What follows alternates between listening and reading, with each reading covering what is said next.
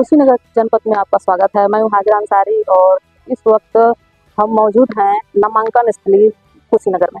हमारे साथ में प्रत्याशी हैं और उनके विषय में हम कुछ जानकारियाँ लेंगे। इनका रीजन विजन मिशन क्या है और इनका राजनीतिक करियर क्या है, कब से ये राजनीति में है। तो नाम क्या है आपका? जी सादर प्रणाम। मेरा नाम वेद प्रकाश मिश्र है और मैं विगत 6 वर्षों से राजनीति के क्षेत्र में। पूर्व में मैं कांग्रेस पार्टी से विधानसभा अध्यक्ष पटरौना रहा। उसके बाद कुछ दिनों के बाद मैं कांग्रेस पार्टी से इस्तीफा दिया। इस्तीफा देने के बाद जो है पुनः भारतीय जनता पार्टी को ज्वाइनिंग किया। भारतीय जनता पार्टी में मैं जिला सांस्कृतिक प्रकोष्ठ का संयोजक था और लोकसभा चुनाव के लिए मैं विगत 3 वर्षों से तैयारी कर रहा था, क्योंकि लोकसभा में मैंने देखा कि यहाँ श्रमिक बहुत हैं हमारे, जो बाहर पंजाब, हरियाणा, हिमाचल प्रदेश, गुजरात अन्य जगहों पे जाके काम करते हैं और काम की अपेक्षाकृत उनको पारिश्रमिक नहीं मिल पाता। इस कारण बड़े शोषित रहते हैं, बड़े चिंतित रहते हैं।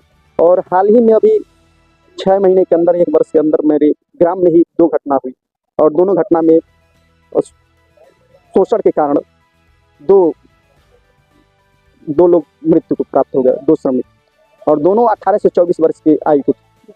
एक गणेश चौहान के पुत्र थे, एक कमला चौहान के पुत्र थे, माही कुटलवा। और इन सब चीज़ों को देख के मैं कहा कि इस पूरे कुशीनगर में अगर जांच कर लिया जाए तो एक भी फैक्ट्री या उद्योग नहीं है जहाँ 1000 लोगों को काम मिल सके। आखिर आपको इतने दिनों तक सत्ता दिया गया, आप नेता बने रहे, गए संसद भवन में, आपने क्या किया इस कुशीनगर के? कुशीनगर के विकास के लिए आज तक ये देखा जाए कि यहाँ एक भी इंजीनियरिंग कॉलेज नहीं, पूरे कुशीनगर में इंजीनियरिंग कॉलेज। आखिर कारण क्या रहा?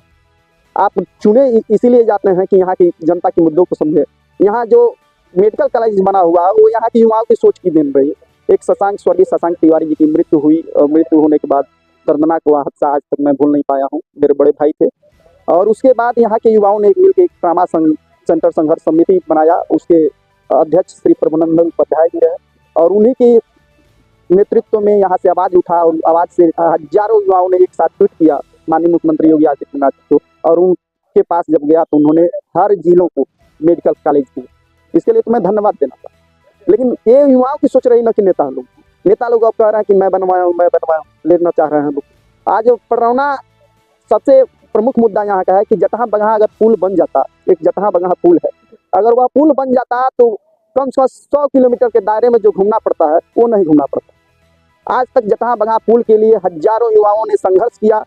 गौरव तिवारी जी जो पूर्व अध्यक्ष रहे उदित नारायण स्नातकोत्तर महाविद्यालय के, उनके नेतृत्व में भी एक बार जो है जटहा बगहा पुल निर्माण सेवा समिति बनाया गया, उसमें आवाज़ को बुलंद किया गया, लेकिन विफल हो गया, क्योंकि नेता उसके लिए आवाज़ ही नहीं उठाएंगे सदन में जाके तो कैसे बन पाएगा।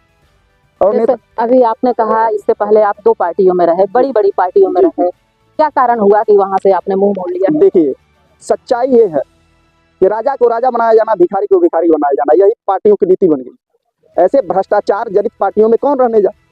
मैं वहाँ गया, वहाँ की स्थितियों को समझा कि जिसके पास पैसा रहेगा उसको टिकट मिलेगा। मैं बताना चाहता हूँ कुशीनगर की जनता से, मैंने 7 करोड़ दिया हूँ, न 6 करोड़ दिया हूँ, न 4 करोड़ दिया हूँ, न 1 करोड़ दिया हूँ।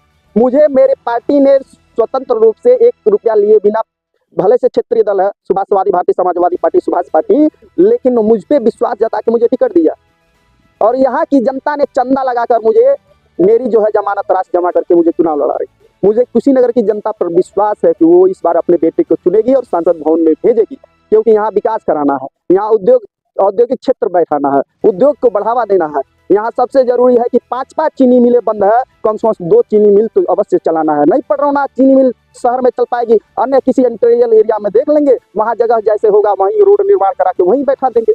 कम से कम वहाँ गन्ने के उत्पादन ज़्यादा है, इस जिले को कम से कम उससे तो मुंह नहीं मोड़ लेगा। मैं बताना चाहता हूँ कि आज उस गन्ने को औने पौने दाम पर लोग खरीदते हैं और उसमें नेताओं का अच्छा खासा कमीशन है।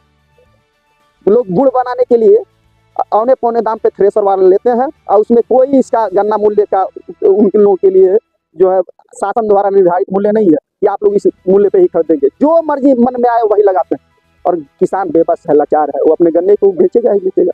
चीनी मिल चल नहीं रही, ये स्थिति।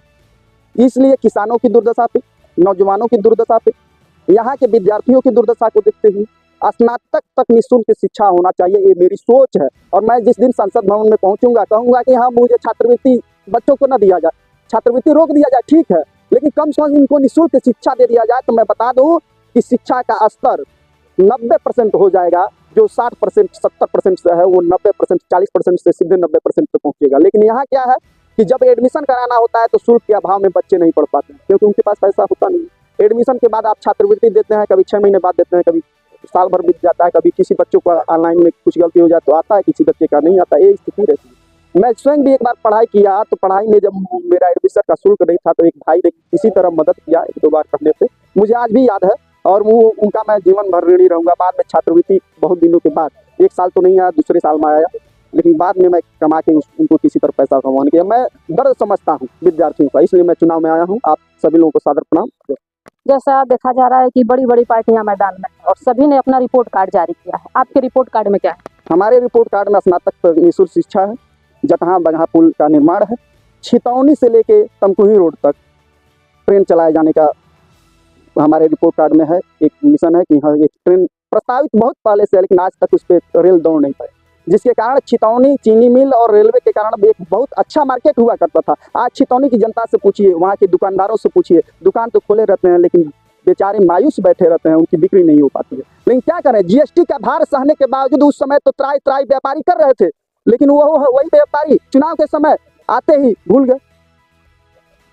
अब लगे देखने, एक जातिगत कार्ड चलता है, उस जातिगत कार्ड के चलते जो है पूरी दुनिया तो छोड़िए पूरे राष्ट्र को डुबाने जा रहे हैं। वो विकास नहीं देख रहे हैं, वह यह नहीं देख रहा है कि कैसे विकास होगा, विकास में शिक्षा कैसे बढ़ावा मिलेगा, कैसे रोजगार की बढ़ावा मिलेगा। केवल जातिगत कार्ड के कारण पूरा देश, आप बताइए प्लेटफार्म कभी बिका था क्या? कभी बिका था किसी सरकार में? कभी नहीं, कभी प्लेटफार्म नहीं बिका था। आज की स्थिति क्या है? प्लेटफार्म बेच दिया जा रहा है। जब प्लेटफार्म बिका उस समय आप उसी पार्टी में थे, तो क्या आपने इसका विरोध किया? सुनिए, मैं इस चीनी मिल के मुद्दे को किसी भी पार्टी में रहा, लेकिन चीनी मिल के मुद्दे को मैं लगातार उठाता रहा। रह गई बात, जब मैं पार्टी में था प्लेटफार्म बिका, वो 3 वर्ष पहले की, लगातार कई बिकते आए, लेकिन 3 वर्ष पहले की। और रह गई पार्टी में कुछ अच्छा बुरा, जितने लोग पार्टी में रहते हैं कुछ सहन पहले तो देखना पड़ता है। हम तो 3 वर्ष ही समय गंवाए ना। 3 वर्ष में मैं वहाँ इसीलिए गया था कि वहाँ अच्छाई है या बुराई है देखने में गया था, और मैं देखा कि चाहे वो कांग्रेस पार्टी रही हो चाहे भारतीय जनता पार्टी रहो, और दोनों पार्टियों में मैं अच्छी तरह से जब अंदर गया तो मैं देखा केवल पैसे की मारामारी। पैसा दीजिए टिकट लेके जाइए, नहीं दीजिएगा टिकट नहीं मिलेगा। तो ऐसे नहीं है, गरीब किसान नौजवान केवल जो है यहाँ के कार्यकर्ता पेट्रोल डालने के लिए दूसरे से पैसा मांगता है, तब पेट्रोल भरवा के कार्यक्रम में जाता है।